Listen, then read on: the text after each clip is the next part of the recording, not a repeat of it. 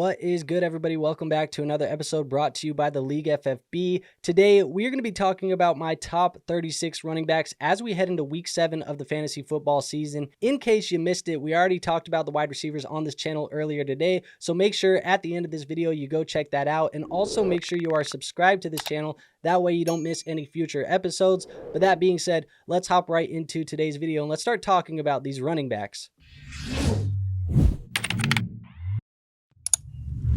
So as you can see, I got the tier maker pulled up on the screen as we speak. I got 7 tiers if we're going to get through all 36 running backs in today's episode, but we are going to be kicking it off here in tier 1. We're going to call these the elite running back ones here in week 7. And coming in as my number 1 guy, I got Derrick Henry of the Baltimore Ravens. Now, Henry, he carried the ball 24 times for 132 yards and 2 touchdowns in Sunday's win over Washington. Henry now has 5 straight running back 1 finishes on the week, and he has 11 goal line rushing attempts so far this year. With this type of usage, he is a plug-and-play RB1 for the rest of the season. Now, coming in at number 2, this is where I'm going to put Saquon Barkley. He gets a revenge game here against the New York Giants. And Barkley, he carried the ball 18 times for 47 yards and caught both of his targets for 7 yards in Sunday's win over the Browns. This performance is obviously not the type of performance that we wanted out of Barkley, who did finish outside of the top 24 running backs for the first time this year, but I expect him to get back right on track here in this revenge game versus the Giants. And now the last running back in this tier for me, it is going to be Kyren Williams of the Los Angeles Rams. He plays against the Las Vegas Raiders, and Kyren Williams and the Rams, they were on bye this last week, so he should have some fresh legs and maybe even Cooper Kupp back in the lineup to help this offense here in week 7 versus the Raiders. Kyren, he's been on fire all year, finishing as an RB2 or better in every matchup with 7 touchdowns in his first 5 games, so I think he's a locked and loaded RB1 for me here until further notice. Now let's move on to my tier 2. My tier 2 is going to be those high-end running back ones, and coming in for me as the number 4 running back this week, I got Jonathan Taylor versus the Miami Dolphins. Now, Taylor, he's missed the last 2 weeks with an ankle injury, but it sounds like he's progressing towards having a chance to suit up here this week versus the Dolphins. If Taylor is good to go, this would be a great matchup as Miami has been giving up lots of points to the running back position, and the Colts could lean on Taylor to grind the clock out later in the second half versus the Tyler Huntley-led Dolphins. Now, coming in as my running back 5, I do have Bijan Robinson of the Atlanta Falcons. He plays the Seattle Seahawks this week, and Bijan rushed 15 times for 95 yards and a pair of touchdowns while catching 3 of his 4 targets for 10 yards in Sunday's win over the Panthers. There was quite a bit of panic about Bijan Robinson over the last few weeks, but Robinson, who finished as a top 5 running back last week, should hopefully put some of that panic to bed. He's still a RB1 here for me this week against the Seattle Seahawks. Now, coming in at number 6 for me, it is going to be Joe Mixon of the Houston Texans. They play against the Green Bay Packers, and Mixon, he rushed 13 times for 102 yards and a touchdown, while also adding 2 catches for 30 yards and a receiving touchdown on 3 targets in Sunday's win over the Patriots. Mixon was returning from a high ankle sprain that forced him to miss a few weeks, but he looked great against the Patriots defensive front,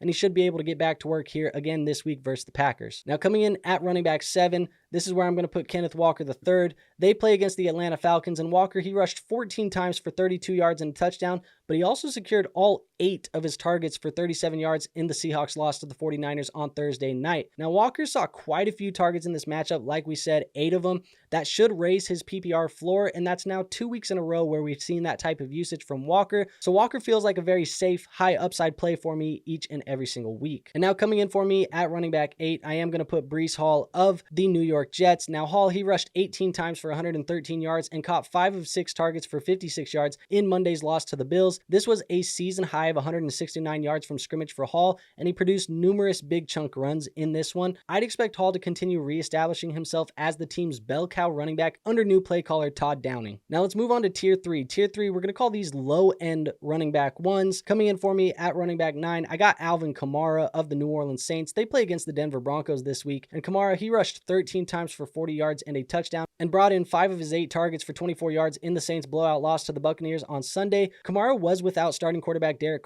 in this one, but it really didn't hinder him too much. Kamara may lose a little bit of upside with Rattler here under center, just maybe due to fewer touchdown opportunities, but he should still see his usual work on the ground and in the receiving game as well. Now, coming in for me as running back 10, I do have Tony Pollard of the Tennessee Titans. They play against the Buffalo Bills this week, and Pollard rushed 17 times for 93 yards and a touchdown. He also brought in all 3 of his targets for -5 yards in the Titans' loss to the Colts on Sunday. Now, Pollard, he continues to perform week in and week out, and there is a possibility that he's without backfield mate Tyjae Spears in this one, meaning even more work against a weak Buffalo Bills defense. Now, coming in at running back 11, I do have Chuba Hubbard of the Carolina Panthers. He plays on on the road at the Washington Commanders, and Hubbard, he rushed 18 times for 92 yards and caught 5 of his 6 targets for 11 yards in Sunday's loss to Atlanta. Chuba continues to put up RB2 or better numbers in games with Andy Dalton under center, and this week's matchup against Washington should be another great spot for Chuba to perform despite Jonathan Brooks likely returning to practice this week. Now let's go to my running back 12 on the week. I got Josh Jacobs of the Green Bay Packers. They played the Houston Texans, and Jacobs rushed 18 times for 62 yards, and he caught all 3 of his targets for 28 yards in Sunday's win over the Cardinals. Now Jacobs, he's been a little bit inconsistent to start the year, but ever since Jordan Love has came back into the lineup, he's seen about 20 opportunities per game. Now he just hasn't found the end zone much. This week's matchup versus Houston could be a little bit tougher than the last few games for Jacobs, but he's still a guy that I believe is a low-end running back 1 moving forward. And now the last player in this tier for me, coming in at running back 13, I have David Montgomery of the Detroit Lions. They play on the road at the Minnesota Vikings, and Montgomery, he rushed the ball 12 times for 80 yards and 2 touchdowns in Sunday's blowout win over the Cowboys. This week's matchup versus Minnesota should be tougher than last week's because Minnesota currently ranks second best against the fantasy football running back position.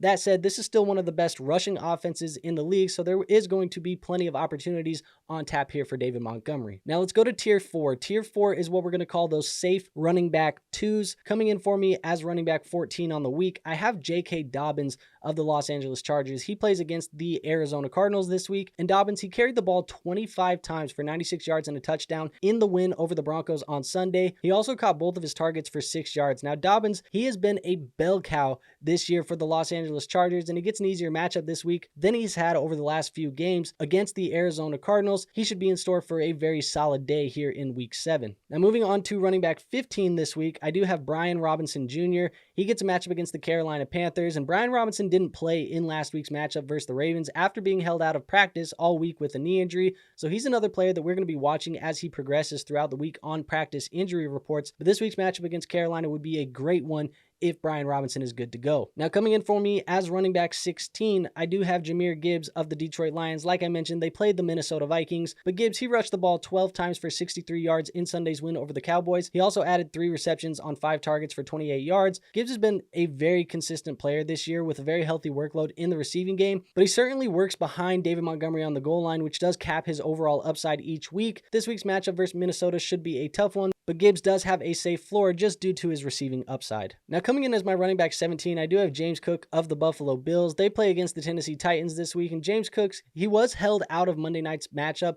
against the Jets with his turf toe injury, so we are going to be monitoring his status as we go throughout the week as well. Ray Davis, he filled in nicely for Cook in his absence, so if Cook were to miss, he would be the guy that I would say should be rostered and should be played. So stay tuned to this channel. That way, if we do get some more updates here this week about James Cook and this offense, you can make the right moves. Now, coming in for me as my running back 18 this week, I do have Rhamondre Stevenson of the New England Patriots. He gets a game against the Jacksonville Jaguars. Now, Stevenson didn't get to play in his week 6 matchup. He was nursing a foot injury in that one, but it's been reported that his foot issue shouldn't be considered long-term, so there is still a chance that Stevenson suits up in this week's matchup versus Jacksonville, and that would mean great things for Stevenson's fantasy managers because the Jags, they continue to get diced on defense, giving up a lot of points to opposing offenses. Now, coming in for me as my running back 19, I have Kareem Hunt of the Kansas City Chiefs. They play the San Francisco 49ers, and Kareem Hunt has completely taken over this Chiefs backfield since being activated in week 4.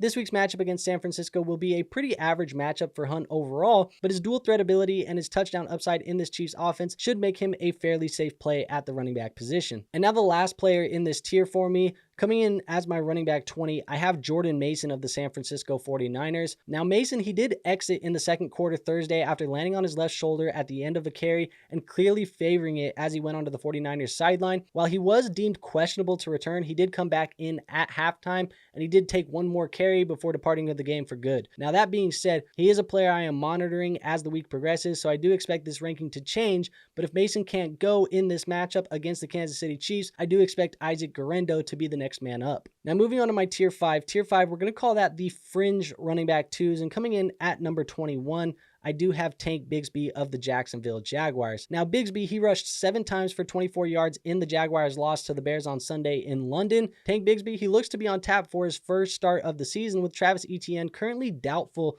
with a hamstring injury. Now, Bigsby, he should see some solid work in a good matchup against the Patriots, who currently rank 28th against fantasy football running backs. Now, moving on to my running back 22, I do have James Conner of the Arizona Cardinals. They play against the Los Angeles Chargers this week, and Conner, he rushed 7 times for 24 yards, and he brought in 4 of his 5 targets for 22 yards in the Cardinals' loss to the Packers on Sunday. Now, James Conner, he has feasted against some of the lighter defenses in the NFL, but when he faces some tougher defensive fronts, he does seem to struggle a little bit. Now, this week's matchup is a tough one, so I would be tempering my expectations here with James Conner. Now, coming in for me as running back 23, I do have Aaron Jones of the Minnesota Vikings. They play the Detroit Lions, and Aaron Jones is currently coming off of his bye week. Now, Jones was injured in week 5, and he could carry a questionable tag for the majority of the week, as the Vikings have had him listed as week to week since the injury happened. So this will be another guy we are keeping an eye on throughout the week. But if he can't go, Ty Chandler would be next man up against a very tough Lions defense. Now, moving on to running back 24, I'm going to put Devon Achane here. He plays against the Indianapolis Colts this week, and he's coming off of a bye week as well, and he's still recovering from a concussion that he did suffer in week 5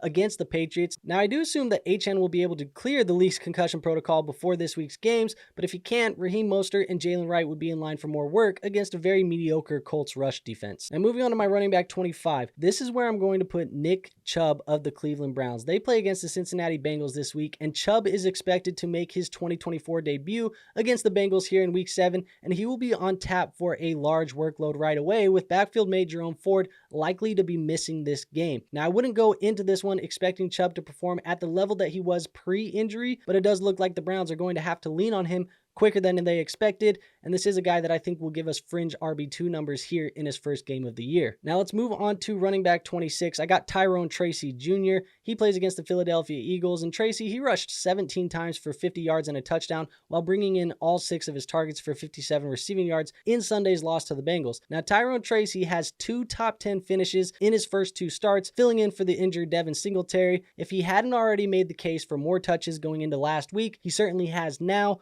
Unfortunately, it's going to be hard to properly rank Tracy until we get some more clarity on Singletary's status later in the week. And now the last player in this tier for me, coming in as my running back 27, I do have Chase Brown of the Cincinnati Bengals. Now, Brown, he rushed the ball 10 times for 53 yards and a touchdown in Sunday's win over the Giants. He added 2 receptions on 3 targets for 11 yards, and Brown has seemed to take over the backfield and is now flipped to be the 1A in this Bengals offense. I would feel comfortable with him as an RB2 play this week, even against a very solid Browns defense. Now, moving on to my tier 6, we're going to call these the low upside RB3s. Coming in at 28, I got Najee Harris of the Pittsburgh Steelers. Now, Harris, he rushed the ball 14 times for 106 yards and a touchdown in Sunday's win over the Raiders. He also added 2 receptions on 2 targets for 16 yards as well. And Najee, he's really just hovered around that fringe RB2 range for the majority of the year outside of last week's performance versus the Raiders. Now, I do expect this matchup against the Jets to be a little bit more tough for him, and it does put him right back in that fringe RB3 territory. Now, moving on to 29, this is where I'm going to put Alexander Mattison of the Las Vegas Raiders. He gets to play on the road at the Los Angeles Rams, and Mattison, he rushed the ball 14 times for 33 yards and a touchdown in Sunday's loss to the Steelers. He also added 5 receptions on 5 targets for 32 yards as well, and Mattison finished as a top 20 running back last week, and that's with having his second touchdown called back due to penalty. But this week's matchup against the Rams is a good one for Mattison, so he's definitely startable this week, especially if Jahmyr continues to miss time. Now, coming in for me as running back 30, I do have Javonte Williams of the Denver Broncos. He plays on the road at the New Orleans Saints, and Williams, he rushed 6 times for 23 yards while losing a fumble, and he caught 3 of his 6 targets for 13 yards in Sunday's defeat to the Chargers. Now, last week's matchup versus the Chargers was a tough one for Williams, but this week's matchup is certainly easier for Javonte. The Saints currently rank 26th against the running back position, and they will be led by Spencer Rattler again, with likely no Chris Olave and no Rashid Shaheed. And now the last player in this tier, coming in as running back 31, I do have Bucky Irving of the Tampa Bay Bucks. He plays against the Baltimore Ravens this week, and Irving, he rushed 14 times for 81 yards and a touchdown, and he secured both targets for 24 yards in the Buccaneers win over the Saints on Sunday.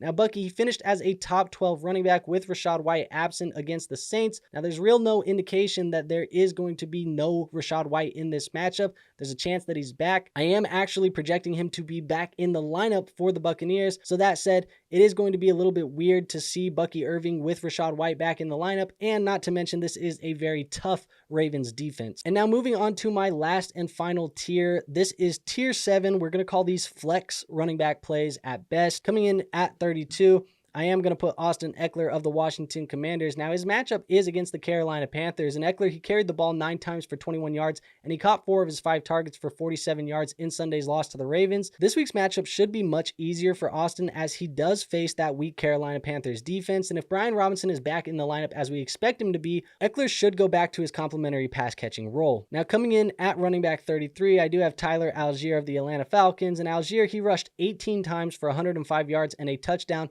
while catching his lone target for 3 yards in Sunday's win over Carolina. Now, Tyler Algier, he had more rushing attempts than Bijan Robinson in this one, and even though that is not Algier taking over the starting job, he does have a full-time role in this offense, and he should have a solid matchup against Seattle here in Week 7, and I think you can flex him if you're in a pinch. Now, coming in as running back 34, I have Raheem Mostert. Mostert is returning from the bye week in Week 6, and he gets a good matchup against the Colts rush defense. With Achane still questionable from the concussion he suffered in Week 5, I do expect Mostert to be the next man up if he couldn't go, but he's still going to be a complimentary piece to Devon Achane regardless of whether he's active. Now, coming in as running back 35, I am going to put Ty Chandler of the Minnesota Vikings. Now, Chandler, he is waiting in the wings right now to find out whether or not if he's going to be called upon to sub in for the injured Aaron Jones. If Jones is unable to go, Chandler would have a massive opportunity against the Lions this week, who will now be without their Defensive Player of the Year candidate in Aiden Hutchinson. If Chandler is announced as this week's starter, I'm definitely going to be moving him up my rankings pretty significantly. And now the last and final player in today's video, coming in as running back 36, I do have Zach Moss of the Cincinnati Bengals. Now, Moss, he rushed the ball 6 times for 13 yards in Sunday's win over the Giants. He added 1 reception on 1 target for 2 yards, and Moss is losing work weekly to Chase Brown in this offense, and it's getting quite worrisome for his season-long outlook. Now, this week's matchup against Cleveland, it's not very easy either, so we do need to see Moss get more work than he did last week to feel comfortable with him moving forward. But if you're in a pinch, you need a flex play, I think you can still play Zach Moss. All right, so there you have it. That is my top 36 running backs as we head into Week 7 of the fantasy football season. As always, if you enjoyed today's video, you found something actionable, make sure you hit the like button. It is the best free way to show this channel some support. Also, make sure you go check out that wide receiver version of today's video if you haven't already, and subscribe to this channel, hitting that notification bell. That way you never miss any future content. And last but not least, go join our Discord. We do have a free Discord linked in the description. There's an awesome community of people there that want to talk fantasy football with you, and it's the best place to get my advice 24/7, 365, especially when I'm not live on a live stream or doing something like that. So make sure you go join that Discord. As I mentioned, free to join, so there is no risk in doing that. And with all of that out of the way, I will see you on our next episode. But until then, peace out.